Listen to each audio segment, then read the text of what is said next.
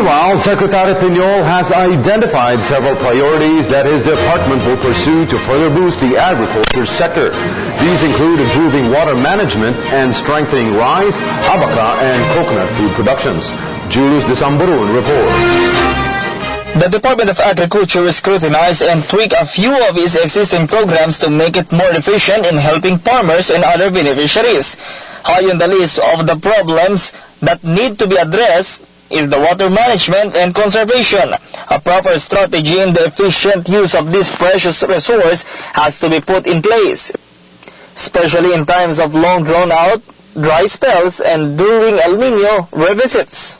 As Agriculture Secretary says, food grows where water flows. Thus, the DA Secretary is seriously considering to employ experts in the field of water conservation, like a hydrologist who will study the existing water systems in the city. Next on the list is the strengthening and ensuring food security through maximized production in corn, rice, abaca, and coconut. According to the former Cotabato governor, there are quite a number of current programs under the department geared toward this end.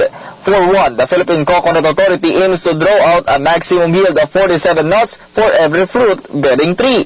And third, the need to address and increase the distribution of financial aid and technology assistance to the farmers on the field and those living along the coast who will fish for a living. Mga problems na nakikita ko na talagang i-address dapat natin, and as I've said, we really have to go back to the basic mandate of agriculture, which is food production. But after 3 months of dry spell, we cry water. And that simply emphasizes our lack of water management. So when I was in the U.S., I talked to the mayor of Salinas, one of the leading agricultural cities in the U.S., and I asked for his help to find for me a very good hydrologist, somebody who could study water management in the country. I mean, how do we save rainwater that flows to our creeks and rivers, that goes straight to the ocean? How can we conserve this so that during the dry season we will be able to use this to water our plants?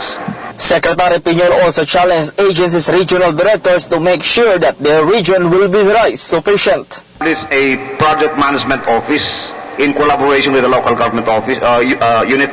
I've already talked to Governor Steve Solon of Sarangani, number 5 in the list of poorest provinces. I've already talked to Governor Ismael Mangodato, number 4 in the list of 10 poorest provinces.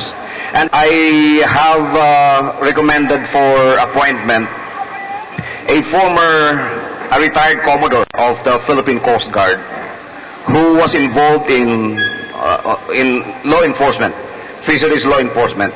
Meanwhile, the Agriculture Secretary has stated his side regarding the little-by-little conversion of the Banawe rice terraces into a vegetable field. No, I don't think so. I mean, there is a growing interest right now among the traditional rice farmers in Banawe because I have declared when I was there, although I still have to make the official declaration, that the Tinawon rice variety of Banawe will no longer be considered as a commodity. It will now be considered as a high-value crop. No? In fact, I talked about this in my recent trip to the U.S., and the Americans are excited to have a taste of a rice variety which takes 1 year to harvest. Tutulungan din natin sila kasi mababa yung kanilang harvest. Nasa 2.5 metric tons lang per hectare ang kanilang harvest. For the People's Television Network, this is Julius Desamburun reporting from Davao City.